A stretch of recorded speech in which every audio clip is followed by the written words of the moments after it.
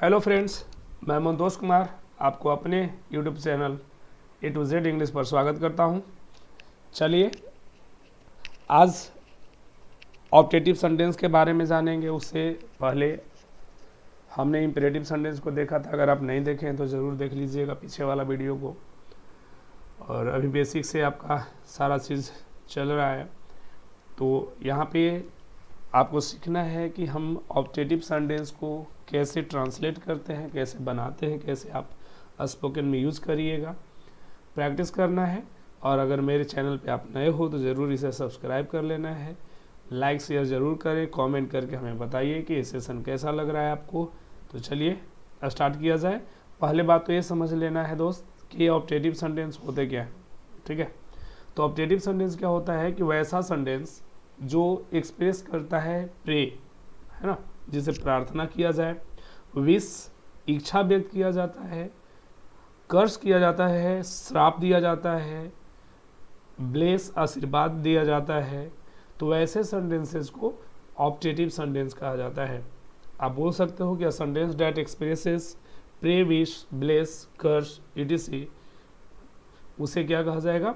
Objective कहा जाएगा। तो देखिए ध्यान से समझिएगा कैसे इसको हम बनाते हैं। तो पहली बात, इसको स्ट्रक्चर को अगर हम लिखना चाहें कि इसको किस तरह से बनाएंगे, तो सबसे पहले ऑब्जेक्टिव सेंटेंस में आपको ये जो स्ट्रक्चर है वो स्टार्ट करना चाहिए मे से। ठीक है, हाँ, मे लिख भी सकते हैं, अगर कभी कभी ना भी रहे तो गलत नहीं होता है। अभी हम वो चीज़ को क्लियर कर देते हैं। मे के बाद आपका यहाँ पे एक सब्जेक्ट आना चाहिए। सब्जेक्ट कुछ भी होगा, आपका सिंगुलर प्लूरल हो सकता है। के बाद यहाँ आने वाला जो वर्ब का फॉर्म होगा वो हमेशा फर्स्ट फॉर्म होगा। सब्जेक्ट यहाँ सिंगुलर हो प्लूरल हो मैटर नहीं करता है, आने वाला वर्ब हमेशा फर्स्ट फॉर्म होते हैं, क्योंकि मे के एक मॉडल वर्ब है और मॉडल वर्ब के बाद हमेशा first form of the verb use किया जाता है। आगे की बात, अगर आपके वाक्य में ऑब्जेक्ट आए हैं तो आप ऑब्जेक्ट यहाँ पे लिख देंगे और लास्ट में एक एक्सक्लेमेशन मार्क्स लगा दिया जाता है। ठीक है, ये आपका एक बेसिक स्ट्रक्चर है ऑब्जेक्टिव सेंटेंस का। तो ध्यान दीजिएगा, यहाँ पे लिखा हुआ है कि ईश्वर आपको सफलता दे। ध्यान दीजिए दोस्त, और बताना है, बात को समझो। कह रहा है ईश्वर आपको सफलता दे। तो यहाँ पे जो सफलता देने का काम करने वाले हैं वो ईश्वर आपको देने के काम करने वाले हैं। डेट मीन्स सब्जेक्ट कौन हुआ? ईश्वर, भगवान, गॉड, है ना। तो कह रहा है किसको सफलता देने की बात हो रहा है? आपको। तो यहाँ पे सबसे पहले हमने कहा कि आप क्या करो, सेंटेंस को स्टार्ट कर दो मे से। तो हमने कहा मे। सब्जेक्ट यहाँ पे कौन है? सब्जेक्ट आपका काम कर रहा है गॉड, तो यहाँ पे लिखेंगे मे गॉड। ठीक है, अब बात आया सब्जेक्ट के बाद किसका? मे के बाद हमने कहा कि सब्जेक्ट होगा। सब्जेक्ट के बाद आपका कौन सा फॉर्म लिखना है? फर्स्ट फॉर्म लिखना है वर्ब का। तो यहाँ पे है सफलता। ठीक है, तो ये बात समझिएगा। अब ये वर्ब के रूप में जब लिखा जाएगा तो आप क्या लिखेंगे? ठीक है, तो यहाँ पे देखिए करा है कि मे गॉड, और देने की बात करिएगा तो सक्सेस है। तो यहाँ पे आपको एक चीज लिखना होगा, ग्रांट। ठीक है, क्योंकि वो आपको सफलता देने की बात कर रहा है, प्रदान करने की बात कर रहा है। ठीक है, तो मे गॉड ग्रांट, किसको देने की बात हो रहा है? आपको। एक एक पॉइंट को समझिएगा। यहाँ पे ऑब्जेक्ट कौन है? यू है ना। मे गॉड ग्रांट यू, अब क्या देने की बात हो रहा है? सफलता, है ना। तो हमने वर्ब तो ग्रांट कह दिया है। अब यहाँ पे एक बचा हुआ है नाउन, जिसका नाम है, आप बोलेंगे सक्सेस, है ना। तो कहा जाएगा कि may God grant you success. ठीक है, आप सक्सीड नहीं बोलेंगे। यहाँ पे सक्सेस एक नाउन है, इसलिए हमने ग्रांट लिखा है क्योंकि वो प्रदान करने की बात हो रहा है। तो may God grant you success, इस तरह से आप बोलेंगे। इसको प्रैक्टिस करना है। कह ईश्वर आपको पुत्र प्रदान करे। अब यहाँ पे देखिए पुत्र प्रदान करने की बात किससे कहा जा रहा है? ईश्वर से। आपको प्रदान कौन करेंगे? है ना, आप प्रार्थना कर रहे हो, है ना, आपकी इच्छा है। तो भगवान यहाँ पे आपका सब्जेक्ट का काम करेंगे, ईश्वर सब्जेक्ट का काम करेंगे। तो आपको लिखना क्या होगा कि मे, क्या कहेंगे?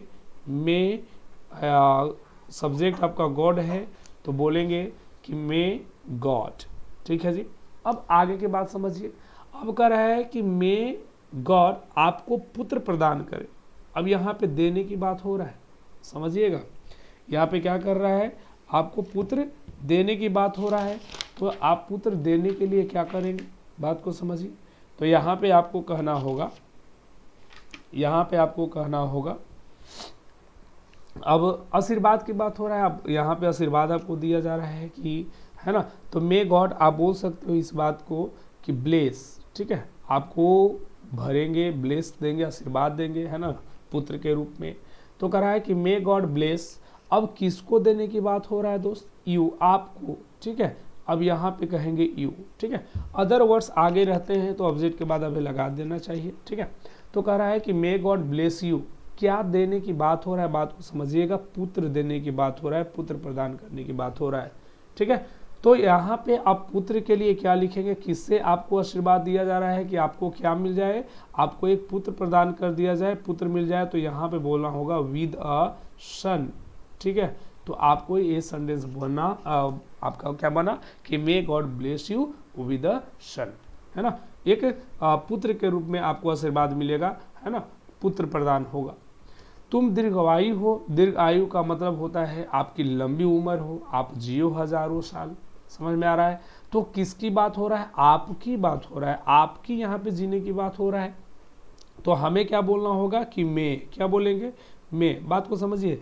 कभी कभी जैसे बोलते हो कि भगवान आपकी भला करे, सहायता करे, तो वहाँ पे हम बोल सकते हैं, कभी कभी गॉड ब्लेस यू भी लिखा रहता है, गॉड हेल्प यू भी लिखा रहता है, तो मैं हम लिख सकते हैं, नहीं भी लिख सकते हैं, कोई दिक्कत नहीं है, लेकिन आपको हम ऑप्टेटिव बता रहे हैं तो इसमें लिख देना, है ना, ये ज़्यादा आपको समझने में आसान होगा।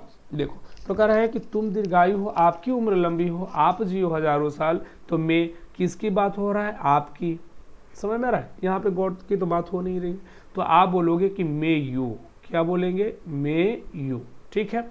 अब दीर्घ आयु होने के लिए आप क्या बोल सकते हो, आपकी लंबी उम्र हो, तो मे यू आप बोलोगे लिव लॉन्ग, क्या बोलना है, लिव लॉन्ग, आपकी उम्र क्या हो, लंबी हो, दीर्घायु हो, है ना, आप जियो हजारों साल, बर्थडे मनता है किसी का, देखे होंगे, सुने होंगे, है ना, तुम जियो हजारों साल, आज तक, अब तो हम लोग अनलिमिटेड साल बोलने लगे, नहीं लग रहा है जैसे वो 2-4-100 साल जीने की बात हो रहा है, ठीक है। चलो यहाँ देखिए, कह रहा है भगवान आपकी सहायता करे, यहाँ पे देखो बात समझो, यहाँ पे लिखा हुआ है कि भगवान आपकी सहायता करे, सहायता करने का काम यहाँ कौन करने वाले हैं, भगवान। हम प्रार्थना कर रहे हैं, है ना, किसी के लिए कि आपकी भगवान क्या करेंगे, सहायता करेंगे, तो यहाँ पे सब्जेक्ट का काम जो करेगा वो आपका यहाँ पे भगवान है। तो बात को समझिए, आगे चल के वही चीज़ को हम आपको क्लियर करेंगे कि कब नहीं होगा। तो देखो, तो आपको कहना है कि मे गॉड, क्या बोलना होगा, मे गॉड, ठीक है। अब सहायता की बात होगा तो आपको सहायता करने के लिए क्या लिखना पड़ेगा, हेल्प लिखना पड़ेगा, तो कहेंगे कि मे गॉड हेल्प, ठीक है। अब किसकी सफलता की सहायता की बात हो रही है, आपकी, आप क्या हो गए यहाँ पे, ऑब्जेक्ट हो गए, तो हमें कहना होगा मे गॉड हेल्प यू। बातें समझ में आ रही है, चलिए बहुत अच्छे। आप इसको ट्रांसलेट करिए, इस तरह से समझिएगा कि सब्जेक्ट, पहले तो हमें सब्जेक्ट और ऑब्जेक्ट को फाइंड आउट करना होगा, पहचानना होगा कि कौन सा सब्जेक्ट है, कौन सा ऑब्जेक्ट है। हम लोग अक्सर इसी में कन्फ्यूज हो जाते हैं, कहीं यू से ही स्टार्ट कर देता है, मे यू, गड़बड़ होगा, ठीक है। सब्जेक्ट यहाँ पे भगवान आपकी सहायता करेंगे, ठीक है, सहायता आपकी हो रही है, आप ऑब्जेक्ट हो गए। अब कह रहा है भगवान राजा की रक्षा करें, अब यहाँ पे राजा की रक्षा कौन करेंगे, भगवान करेंगे, फिर वही बात है, तो आपको क्या बोलना होगा कि मे गॉड, ठीक है जी, मे गॉड। अब रक्षा के लिए हम क्या करेंगे, सेव का यूज करेंगे, V1 आपका फर्स्ट फॉर्म क्या आ गया, सेव, तो मे गॉड सेव, किसकी बात हो रही है भाई, है ना, किंग की, तो बोलेंगे द किंग सेव, है ना, द किंग, या गॉड सेव द किंग भी बोला जा सकता है, गलत नहीं है। गॉड हेल्प यू भी बोला जा सकता है, गॉड ब्लेस यू भी बोला जा सकता है, ये गलत नहीं है, ठीक है। भगवान उसके पति की रक्षा करे, अब भगवान करने वाले हैं रक्षा, तो यहाँ पे फिर से सब्जेक्ट कौन हुआ, गॉड, तो हमें बोलना होगा मे गॉड, ठीक है जी। अब रक्षा करने की बात है तो आप लिखोगे सेव, है ना, मे गॉड सेव, किसकी रक्षा करने की बात हो रहा है, कहो सर, उसके पति। अब उसके पति किसी औरत का ही ना पति होगा, तो औरत के लिए आप बोलेंगे हर, क्या बोलेंगे, हर हस्बैंड, पति का क्या होता है, हस्बैंड, तो आपको कहना होगा कि मे है ना गॉड सेव हर हस्बैंड, भगवान उसकी पति की रक्षा करे, उसकी जान बचाए। भगवान करे वह मर जाए। अब देखो यहाँ पे यही चीज को हम समझाना आपको चाह रहे थे तब से। देखो तो कह रहा है भगवान करे कि वह मर जाए, मरने का काम यहाँ पे भगवान नहीं कर रहे। चला यही चीज होता है, हमें अक्सर कंफ्यूज हो जाते हैं कि सब्जेक्ट यहाँ पे भगवान है ना भाई ना। ये गलती करिएगा तो आप मरने किसी और को मना रहे थे है ना, आपकी इच्छा थी कि कोई और मरे, आप भगवान को ही मार दोगे, गड़बड़ा जाएगा बात, है कि नहीं। तो बात समझो, यहाँ भगवान करे, हम भगवान से सामने वाले से है ना ये कामना कर रहे हैं, विश कर रहे हैं ना, आप दूसरे को कर्ज कर रहे हो वो अलग बात है, लेकिन हम तो भगवान से मना रहे हैं ना, विश कर रहे हैं कि वो क्या हो जाए, मर जाए, कोई गलत आदमी होगा। अब बात को समझो, करे भगवान करे सब्जेक्ट आपका नहीं हो सकता है। यहाँ मरने का बात किसका हो रहा है, वह मर जाए, मरेगा तो वह ना। तो यहाँ पे क्या बोलना होगा, आपको कहना होगा कि मे है ना, अब वह मर जाए ही, मरना का इंग्लिश होता है डाई, तो बोलना होगा मे ही डाई। अब यहाँ पे मे गॉड से स्टार्ट नहीं करिएगा, नहीं तो ये गलत हो जाएगा सेंटेंस। अब फिर कह रहा है कि भगवान करे आप परीक्षा पास करें। अब भगवान करे कि आप परीक्षा पास करें। देखो यहाँ पे हम भगवान को सब्जेक्ट नहीं बना रहे हैं, हम भगवान से प्रार्थना कर रहे हैं, मेरी इच्छा है कि क्या हो जाए, आप परीक्षा पास कर जाए। परीक्षा तो पास करना है आपको ना, सब्जेक्ट यहाँ आप हुए है ना। तो आपको क्या बोलना होगा इस वाक्य को दोस्त, कि मे यू क्या करना होगा। हाँ, बहुत सारे बच्चे करते क्या है कि देखते हैं भगवान तो भगवान से मे गॉड कर देते हैं। अरे भाई भगवान को पास होने की क्या जरूरत है, उनको कहाँ जाना है जॉब करने, बात समझिएगा है ना। ये नहीं कि उन्हीं को पास करवा दो तुम फेल हो जाओ, नहीं ऐसा नहीं करना है। तो आपको कहना है कि मे यू, ठीक है। अब यहाँ पे कह रहा है कि मे यू किसकी परीक्षा पास हो रहा है भैया आपको, तो मे यू पास द है ना, मे यू पास द क्या करना है, एग्जामिनेशन, पास द एग्जामिनेशन। समझ में आ गया बात। तो यहाँ पे समझ देंगे, कह रहा है may you pass the examination, आप क्या कर जाए, एग्जाम पास कर जाएं। भगवान करे वह धनी हो जाए, बात को समझिएगा, भगवान करे वह धनी हो जाए। अब इसको सोचो कैसे बनाओगे, है ना। अब यहाँ पे क्या होना चाहिए बोलिएगा, तो यहाँ पे देखो फिर से वही है, भगवान करे। अब यहाँ पे हम प्रार्थना कर रहे हैं ईश्वर से, अब ये नहीं कहिएगा कि धनी होने का भगवान की बात हो रहा है। भगवान से बड़ा धनी है ना, धनिक आदमी कौन हो सकता है ना। तो यहाँ पे धनी होने की बात आपकी की जा रही है कि आप धनी हो जाओ। तो यहाँ पे क्या करेंगे मेरे भाई, यहाँ पे आपको करना होगा कि है ना मे, क्या बोलेंगे, मे। अब वह है तो यहाँ पे लिखेंगे मे ही, समझिएगा। अब आगे धनी हो जाए तो होने के लिए तो भैया एक वर्ड आता है, तो इसको लगाना होगा बी, क्योंकि आगे जो आपने लिखा रीच ना, ये रीच एक एडजेक्टिव है, और कभी भी रीच को आप वर्ब की जगह पे नहीं लिखोगे, तो आपको बोलना होगा मे ही बी रीच। समझ में आ रहा है। अगर भगवान करे उसकी आत्मा को शांति मिले, अब यहाँ पे बताइएगा कि भगवान करे उसकी आत्मा को शांति मिले, क्या होना चाहिए। अब देखो ध्यान से समझो और बताओ, यहाँ पे आपको कहना होगा भगवान करे, हम प्रार्थना कर रहे हैं, ठीक है।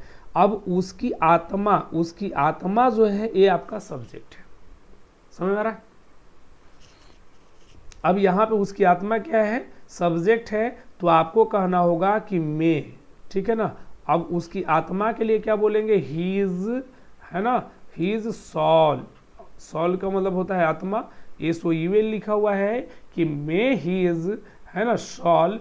अब शांति के लिए हम बोलते हैं रेस्ट इन पीस, है ना, रीप कहीं देखे होंगे लिखा हुआ रहता है, इसी को बोला जाता है रेस्ट इन पीस, है ना, यही रीप है, ये मिलता है ना। बहुत जगह देखिएगा कोई अगर मर जाते हैं, जिनका देहांत हो जाता है, तो लिखा जाता है रीप, है ना, यही है रेस्ट इन, है ना, पीस, ठीक है जी। तो यहाँ पे कह रहा है मे his shawl rest in peace.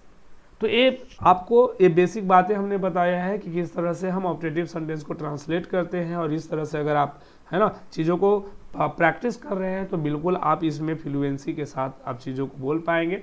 मेहनत करना है, प्रैक्टिस करते रहना है, छोटे छोटे वाक्य बनाइएगा। हमने आपको देखो बड़े आराम से पढ़ाया है, चीज़ों को समझाया है कि इस तरह से हम बनाते हैं। कोई जल्दीबाजी नहीं करना है, आप सब्जेक्ट पकड़ो, ऑब्जेक्ट को फाइंड आउट करो, है ना, वर्ब कौन है आपका, है ना, इस तरह से आपको, है ना, बनाना है। ठीक है जी, तो मिलते हैं फिर नेक्स्ट वीडियो में। अगर ये सेशन अच्छा लगा हो तो आप ज़रूर कमेंट करके हमें बताइएगा। ठीक है, थैंक यू सो मच।